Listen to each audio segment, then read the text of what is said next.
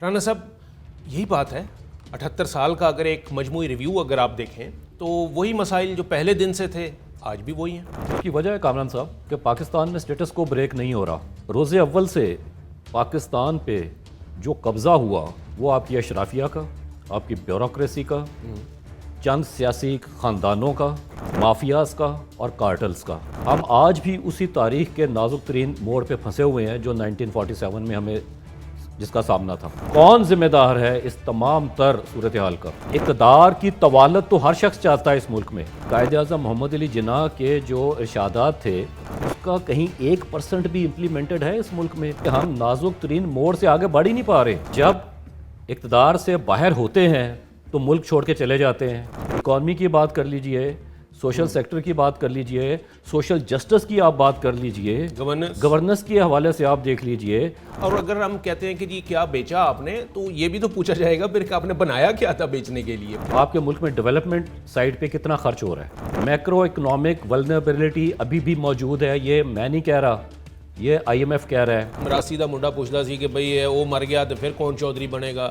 پھر کون چودھری بنے گا، وہ مر گیا پھر کون بنے گا، سارا پنڈ بھی مر جائے تو نہیں چودھری بن سکتا۔ جو شخص بھی اقتدار میں آتا ہے he should be put on exit control list۔ یہ گارنٹی ہمیں کون دے گا کامران صاحب؟ کیونکہ سب ملے ہوئے ہیں۔ وائٹ کالر کرائم تو اسی کو کہتے ہیں کامران صاحب، کیوں نہیں پکڑے جاتے؟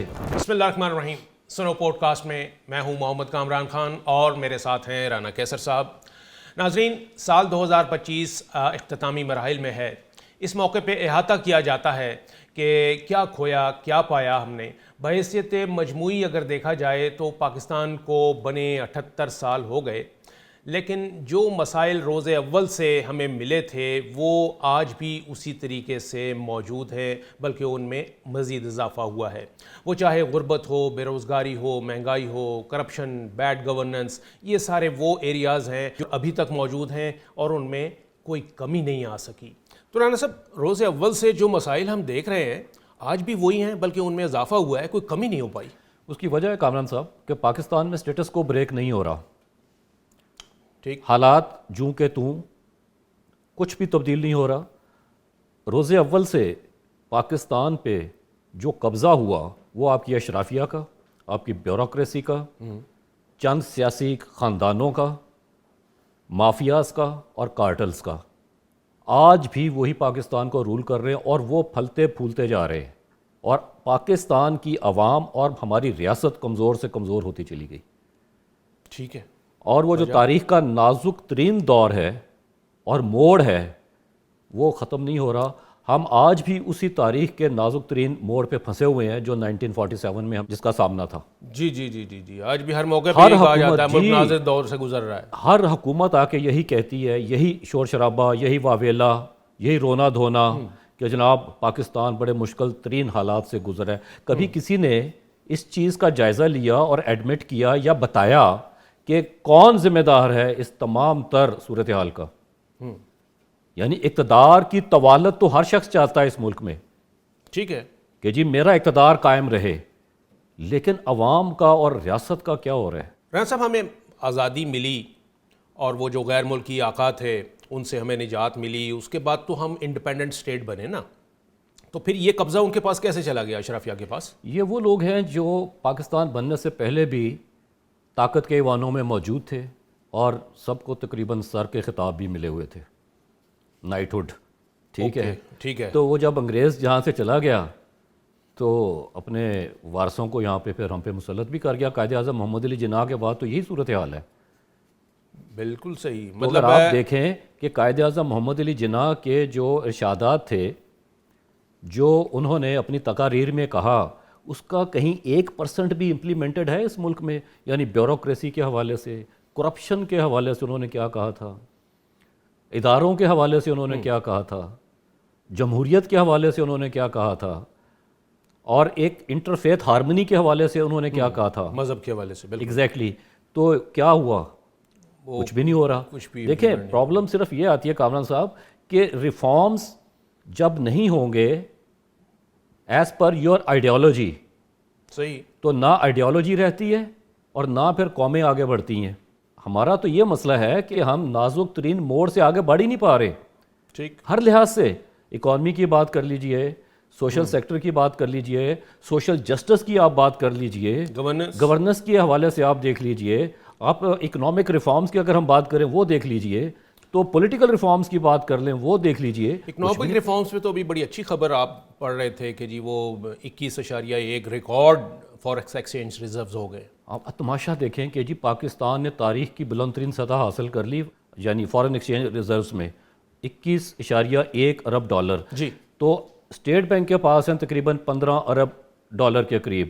کوئی ہمیں یہ بریک اپ کیوں نہیں دیتا کہ ایکسپورٹ اورینٹڈ فارن ایکسچینج کتنا آپ نے کمایا, کیا چیز بیچی آپ نے, کیا بیچا آپ نے جس سے آپ کی ایکسپورٹس بھی بڑھی اور زر مبادلہ بھی آیا. یہ تو سارا زیادہ تر جو ہے یہ کامران صاحب ریمیٹنسز بیسڈ ہے, جو اوورسیز پاکستانیز بھیجتے ہیں یہاں. جی لارجلی, یہ ہم نہیں کہہ رہے کہ ایکسپورٹ بالکل نہیں, لیکن بہت نارمل سی ہے, تھوڑی سی ہے, جس سے آپ کے فارن ایکسچینج ریزروز نہیں بڑھ سکتے. بالکل بات صحیح ہے رضا صاحب. اور اگر ہم کہتے ہیں کہ جی کیا بیچا آپ نے, تو یہ بھی تو پوچھا جائے گا پھر کہ آپ نے بنایا کیا تھا بیچنے کے لیے, پروڈکشن کیا تھی. دیکھیں کسی بھی ملک میں اگر آپ نے ترقی کا پیمانہ کوئی دیکھنا ہے یا کوئی پیمانہ ہے, تو عام آدمی بھی یعنی لے مین سے بھی آپ پوچھیں گے نا تو وہ یہ کہیں گے جی کہ آپ کے ملک میں ڈیولپمنٹ سائڈ پہ کتنا خرچ ہو رہا ہے. ٹھیک ہے. تو ہمارے ہاں ڈیولپمنٹ سائڈ کا حال یہ ہے کہ 1 کھرب روپے کی الوکیشن تھی فار دا کرنٹ ایئر, جی, جس میں سے آپ نے ٹوٹل 92 بلین روپیز اسپینڈ کیے so far in first 5-6 months. That is 9.2% of the total allocation. تو آپ دیکھ لیجئے, اور جو آپ نے ریونیو کا ٹارگٹ رکھا تھا 14 کھرب کا, وہ آپ نے کم کر کے 13 کھرب پہ کر دیا, یعنی ریوائز. اس کی وجہ کہ شارٹ فال ہے ریونیو کی. پہلے 5 مہینوں میں 430 ارب روپے کا خسارہ ہے. یعنی صاحب آپ یہ کہہ رہے ہیں کہ جو ترقیاتی منصوبے تھے, پی ایس ڈی پی تھا, اس کا صرف 10% سے بھی کم خرچ ہوا ہے. اس سے بھی کم خرچ کیا گیا. اچھا, اب وہ جو ڈیولپمنٹل سائڈ ہے اس پہ آپ نے کٹ لگا کے اس کو کم کر کے آپ یہ جو ہے نا ایکسپینڈیچرز اور انکم دونوں کو بیلنس آؤٹ کرنے کی کوشش کر رہے ہیں. میکرو اکنامک ولنریبلٹی ابھی بھی موجود ہے, یہ میں نہیں کہہ رہا, یہ IMF کہہ رہا ہے. وہ کہہ رہا ہے آپ نے ٹارگیٹڈ سبسڈیز کی طرف نہیں جانا. صحیح ہے. آپ نے اپنے جو اخراجات ہیں, جو شاہانہ اخراجات ہیں, شبانہ روز محنت کے نتیجے میں جو آپ خرچ کر رہے ہیں, ان کو کم کریں. وہ آپ نہیں کم کر رہے. کر کیا رہے ہیں آپ؟ ٹیکس پہ ٹیکس لگاتے چلے جا رہے ہیں. ایکسائز ڈیوٹی اب لگے گی چیزوں پہ. اس کے بعد آپ اس قسم کے اقدامات کریں گے جس سے عام آدمی جو ہے اس پہ زمین تنگ ہوگی. رانا صاحب, وہ جو ایک آپ ایلیٹ کیپچر کی بات کر رہے ہوتے ہیں, تو یہ تو وہی کچھ نظر آ رہا ہے کہ یہاں پر تاریخ بھی بتاتی ہے کہ 100 بڑے خاندان ہیں, ایسے سیاسی خاندان, جس میں یہ اشرافیہ جو ہے وہ اسی سرکل میں گھوم رہی ہوتی ہے, اور جن کا کہ علاج بھی باہر, ان کا پیسہ بھی باہر, ان کا انٹرسٹ بھی باہر, اور بعض اوقات رہائش بھی وہیں باہر, بچے بھی باہر ان کی تعلیم کے لیے. تو اور ہمیں کہتے ہیں کہ جی وہ بی پاکستانی, بائے پاکستانی, لیو ان پاکستان. اسی کو تو ایلیٹ کیپچر کہتے ہیں.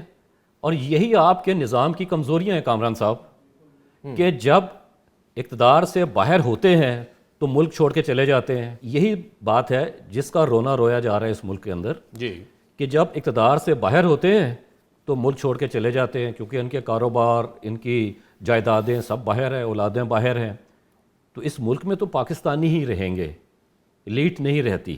میں اس لیے کہہ رہا ہوں ایلیٹ اور پاکستانی کا کانسیپٹ, کہ میں اور آپ تو نہیں جا سکتے باہر اس طرح نا, کیونکہ ہماری تو کوئی جائیدادیں نہیں ہے, ہمارا پاس تو کوئی سرمایہ ایسا نہیں ہے. یعنی یہی وہ خاندان ہیں جن کی اگر آپ جائیدادیں دیکھیں, ان کا سرمایہ دیکھیں, وہ ملٹیپل انکریز ہے اس کے اندر. یعنی اکنامکس میں ملٹی پلائر ایفیکٹ ہوتا ہے, تو یہ ان کے ہاں تو ملٹی پلائر ایفیکٹ ہے. بالکل. اور عوام کے لیے نیگیٹو ایفیکٹ ہے. اگر یہ لوگ ترقی کر گئے اقتدار میں رہ کر, تو ان کے اقتدار میں پاکستان کیوں نہیں ترقی کر سک رہا؟ عوام کی جو ہے وہ غربت کی لکیر سے اوپر کیوں نہیں آ رہا؟ وہ مزید نیچے چلتے جا رہے ہیں لوگ. یعنی اس وقت half of the population is below the poverty line. ایسا ہی ہے. اور رانا صاحب وہ اس میں نا عوام کو بھی ایک خاص سطح پہ رکھا جاتا ہے. سسٹم ایسا ہے کہ آپ ادھر تک جا نہیں سکتے. وہ مثال نہیں ہے لطیفہ کہ وہ مراسی دا منڈا پوچھتا سی کہ بھئی وہ مر گیا تو پھر کون چودھری بنے گا, پھر کون چودھری بنے گا, وہ مر گیا پھر کون بنے گا, انہیں کہا سارا پنڈ بھی مر جائے تو نہیں چودھری بن سکتا, سیدھی جی گل ہے, یہی بات ہے. ٹھیک ہے. اب مسئلہ صرف یہ ہے کہ یہ ریفارمز نہیں ہونے دیتے, پولیٹیکل ریفارمز اس ملک کے اندر, کیونکہ ریفارمز ہوں گے تو یہ بھی ایک عام آدمی کی طرح ایک اس لیول پہ آ کے کھڑے ہوں گے, عدالت میں بھی, معاشرے میں بھی, طاقت کے ایوانوں میں بھی. بالکل بالکل یہی ہے. لیکن اس میں ایک اور چیز ہے کامل صاحب, مطلب بات تو بڑی سخت ہے وچ آئی ایم گوئنگ ٹو سے, اور جو میری اپنی سوچ ہے, ٹھیک ہے, کہ جو شخص بھی اقتدار میں آتا ہے ہی should be put on exit control list. بات تو اس کا پاسپورٹ حکومت کے پاس یعنی ریاست کے پاس جمع ہو جانا چاہیے کہ وہ اس ملک سے اب جا نہیں سکے گا. علاج بھی یہاں پہ کروائے گا اگر ہسپتالوں میں, تو پھر اس کو پتہ چلے گا کہ عام آدمی ہسپتالوں میں کس طرح رول رہا ہے, کتنا خوار ہو رہا ہے. اس کے بچوں کے لیے بھی ہو کہ اس کے بچے بھی پاکستان میں تعلیم حاصل کریں گے. لیکن ہمارے ہاں کیا ہے جی, basic human right, fundamental right, جی اگر میں چاہوں تو اپنے بچوں کو باہر بھیجوں, علاج باہر سے کراؤں, آپ کون ہوتے ہیں مجھے روکنے والے. ہاں وہاں پہ سارے رائٹس جو ہیں وہاں پہ سارے رائٹس آ جاتے ہیں. تو جب تک آپ یہ کنٹرول نہیں کریں گے کہ جو اقتدار میں آئے گا وہ پاکستان میں ہی رہے گا, اس کی اولادیں بھی ادھر رہیں گی, اس کا کاروبار بھی ادھر ہوگا. بالکل صحیح ہے. تو یہ گارنٹی ہمیں کون دے گا کامران صاحب, کیونکہ سب ملے ہوئے ہیں. بالکل رانا صاحب, اور ہم نے یہ جو ایجوکیشن سیکٹر ہے اس میں یہ دیکھا کہ ایک بڑی ڈیوائڈ ہے. ایک طرف آکسفورڈ سسٹم ہے ایجوکیشن اور دوسری طرف ٹارٹ اسکول ہے اردو میڈیم. اور ہمیں یہ کہا جاتا ہے کہ جی آپ وہ فرنگیوں کی زبان چھوڑیں, اردو کو اپنائیں. ہاں, اور اپنا آئین کہتا ہے کہ جی ساری چیزیں دفتری زبان جو ہے وہ انگلش میں ہوگی, لیکن آج تک اس کے اوپر عمل نہیں ہو سکا. کامران صاحب کیا بات کر رہے ہیں, یہ سپریم کورٹ نے کہا تھا نا, جی ایک چیف جسٹس فیصلہ بھی صاحب تھا. نے, جی انہوں نے کہا تھا کہ آئندہ جتنی بھی کورسپونڈنس ہے, خط و کتابت ہے سرکاری, وہ اردو میں ہوگی. تو کون سا فیصلہ سپریم کورٹ آف پاکستان کا اردو میں لکھا گیا, مجھے آپ یہ بتائیے. کون سی پٹیشن جو ہے وہ اردو میں دائر ہوتی ہے؟ سب ڈرامہ ہے یار, ساری پروسیڈنگ بھی انگلش میں چلتی ہے. ایگزیکٹلی, بالکل. یہ تو صرف پلینگ ٹو دا گیلریز ہے, گمکس ہے. ہاں, نہ احتساب ہے, نہ انصاف ہے. وہ جو وہی بات کہ ٹاٹ کے اسکول میں نا بچوں کو کہا جاتا ہے کہ بھائی یہ قومی زبان ہے, آپ ادھر ادھر کی رہیں, انگریزی ہم پڑھ لیں گے اور وہ ہمارا کام ہے, وہ ہم کر لیں گے. ہاں, آئین اور قانون جو ہے ہم نے پڑھنا وہ چونکہ انگریزی میں ہے, اردو میں ہم ٹرانسلیٹ نہیں کر رہیں گے. بالکل ایسا ہی ہے, لہٰذا وہ آپ کا کام نہیں ہے. بالکل ایسے ہی ہے جی. اور وہ تبھی وہ کہتے ہیں کہ جناب, اور ان کو بھی یہی سبق پڑھاتے ہیں رانا صاحب کہ جی کبھی پھر پڑھ. علامہ اقبال صاحب کا وہ جو شعر ہے, جی ہاں, عدالت کا, شجاعت کا. نہیں رانا صاحب, اس میں سبق بھی یہی پڑھاتے ہیں کہ جی آپ نے کبھی اسٹیٹ سے یہ نہیں پوچھنا کہ ملک نے آپ کو کیا دیا, آپ اپنے آپ سے پوچھیں کہ آپ نے ملک کو کیا دیا. عوام تو دے رہے ہیں یار کامران صاحب, عوام تو ہر لیول پہ دے رہے ہیں اس ملک کو اور اس ریاست کو. بالکل یہی بات ہے جی. لیکن یہ اشرافیہ جو ہے, یہ جو اپنے اثاثے ڈکلیئر کرتے ہیں, وہ بھی آپ دیکھیں کس طرح. الیکشن کمیشن آف پاکستان میں گاڑیاں ان کے پاس 10-10 کروڑ والی پتہ نہیں 20-20-30 گاڑیاں بھی ہوتی ہیں, لیکن وہ ان کے اپنے نام پہ نہیں ہوتی. بالکل چارٹرڈ اکاؤنٹنٹ زندہ باد. جی جی جی جی, وہ سارے وائٹ کالر کرائم تو اسی کو کہتے ہیں کامران صاحب. کیوں نہیں پکڑے جاتے, یہ go scot free. Sir I M F نے ایک کنڈیشن لگائی ہے کہ جی یہ لازمی بیوروکریسی جو ہے نا وہ اپنے اثاثے ڈکلیئر کرے اور اوپن کرے, پبلک کرے. آپ دیکھیں, لیکن یہ تو بہت دور کی بات ہے, اس پہ بات کرتے ہیں. لیکن ابھی آپ دیکھیے کہ پچھلے دنوں یعنی اسی سال جی ایک فیصلہ کیا گیا کہ جو لوگ ریٹائر ہو جائیں گے اگر وہ ری ہائر ہوں گے تو یا پینشن لیں گے یا سیلری لیں گے, دونوں میں سے ایک چیز. تو ابھی کیا کیا انہوں نے کہا پینشن بھی لو تسی. بالکل, وہ قانون واپس ہو گیا. گیا. یہ ہے تماشا اس ملک میں جو لگا ہوا ہے کہ آپ کوئی پالیسی بناتے ہیں اس پہ رکتے ہی نہیں ہیں, ٹھہرتے ہی نہیں ہیں, قائم ہی نہیں رہتے. یعنی ایک طرف بے روزگاری کا یہ عالم ہے کہ 7.1% آپ کی ان امپلائمنٹ ریٹ ہے جی, اور دوسری طرف آپ یہ کہہ رہے ہیں کہ جی وہی جو ریٹائرڈ ہمارے ان کو منظور ہائر کر نظر دیا, ہیں, یعنی as if there is no capable person in this country. جی ایکسٹینشنیں بھی ہیں, ری امپلائمنٹ بھی ہے, کانٹریکٹس بھی آگے سے آگے چل رہے ہیں. تو اندازہ لگائیے, اسی کو کہتے ہیں ایلیٹ کیپچر. بالکل ایسے کہ آپ عام آدمی کے لیے تو گنجائش ہی نہیں چھوڑ رہے. پھر آپ دیکھیں کہ پینشن ریفارمز آئے تو بیواؤں کی جو پینشن ہے اس کو 10 سال تک محدود کر دیا گیا, اور اشرافیہ کے لیے امارات کے دروازے کھلے ہوئے ہیں, یعنی جس کو کہتے ہیں نا اسپل ویز, وہ کھلے ہوئے ہیں.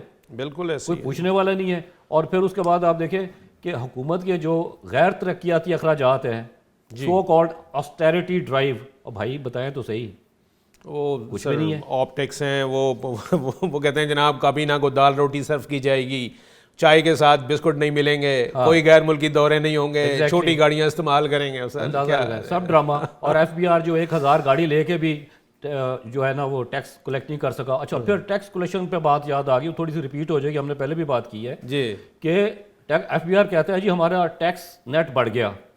وہ جب چیک کیا تو پتہ چلا کہ 40% جنک فائلرز ہیں جو ایسٹس اپنے ڈکلیئر کرتے ہیں لیکن ٹیکسیبل انکم ساتھ نہیں ہوتی کوئی بھی. وہ ٹیکس فائلر کی ایکٹیو لسٹ میں آ گئے so that they get the benefits. کوئی اماؤنٹ جمع نہیں کرائی انہوں نے ٹیکس کی مد میں. اور کارپوریٹ سیکٹر جو ہے 75% اس میں سے جو یعنی کارپوریٹ سیکٹر کا جو 75% ہے وہ بھی یہی کر رہا ہے. اندازہ لگائیں. تو اعداد و شمار ہی دینے ہیں نا جی ایف بی آر نے. جیسے اب وہ یہ کہہ رہے ہیں جی کہ 21.1 بلین ہمارا فارکس ہو گیا. یہ اسی طرح جیسے اسٹاک مارکیٹ جو جس کو ہم کسینو اکانومی کہتے ہیں. وہ اس بات پہ نا رانا صاحب وہ ہمارے ابھی نیوز روم میں بیٹھے ہوئے ایک صاحب تھے, وہ کہنے لگے جی وہ مثال یہ ہے کہ وہ ایک آدمی چوئنگم چبا رہا ہے, مسلسل اس کا منہ چل رہا ہے اور میدا حیران ہے کہ یار ایک کی کھائی جا رہے ہیں, یہاں آ ہی نہیں رہا کچھ پیٹ میں. تو یہ سارے اعداد و شمار جو ہیں وہ بڑے اکانومی فلورش کر رہی ہے, لیکن غریب آدمی کے پاس آئی کوئی نہیں رہا, مہنگائی اسی طرح ہے. آپ دیکھ لیجئے پچھلے 2-2.5 سال میں جی 100 ارب ڈالر کی انویسٹمنٹ آ رہی تھی, وہ کدھر گئی؟ چلے 100 ارب کی نہیں آئی, کوئی 2-4 ارب کی اگر آئی ہے, کوئی زمینی حقائق تو بتائیے کہ کہاں پہ وہ لگی, کیا ہو رہا ہے, جاب کریشن میں کیا ہوا, کیپٹل جنریشن میں کیا ہوا, کوئی انڈسٹری لگی. اب یہ پھر بات وہی آ جاتی زر مبادلہ کی. تو ان سے ہم یہی پوچھتے ہیں نا کہ اگر زر مبادلہ آیا تو ذرا یہ تو بتائیں investment to G D P ratio آپ کی کتنی ہے, وہ کیوں نہیں بڑھ رہی؟ جی جی جی بالکل بالکل. آپ کی ایکسپورٹس کیوں نہیں بڑھ رہی؟ وہ بھی تقریباً 15 ارب ڈالر کا تو اس میں خسارہ ہے. فکر فجنگ ہے جی کہ ہم نے فارن ایکسچینج ریزرو کی بلند ترین سطح, اور پھر اس کے بعد ہم نے جناب اسٹاک مارکیٹ کو دیکھے کہاں چلے گی. مطلب اس سے تو اکانومی ٹھیک نہیں ہوتی. اگر یہ ہو رہی ہوتی نا کامران صاحب اسٹاک مارکیٹ کے اشاریوں سے اور یہ جو حکومت کے جاری کردہ اعداد و شمار جن کو ہم سرکاری سچ کہتے ہیں, تو پھر گراؤنڈ ریالٹیز بھی تبدیل ہو رہی ہوتی, تبدیلی آ رہی ہوتی, کچھ پیٹ میں بھی جا رہا ہوتا, پھر خالی جگالی نہ ہو رہی ہوتی. رانا صاحب یہ ایسے ایریاز ہیں کہ اس کے اوپر تو جتنی بھی باتیں کر لی جائیں وہ ختم نہیں ہوں گی, اس کے اوپر ہم مزید بھی بات کرتے رہیں گے. تو آج بات یہی تھی کہ جی آپ نے 78 سال پہلے کے اخبارات اٹھا کے دیکھیے, آپ کو ان اخبارات میں یہی مسائل جو ہیں وہ نظر آئیں گے, اور آج کے اخبارات اور میڈیا دیکھ لیجئے یہی مسائل جوں کہ تو موجود ہیں, ان میں کمی نہیں آئی بلکہ اضافہ ہوا ہے.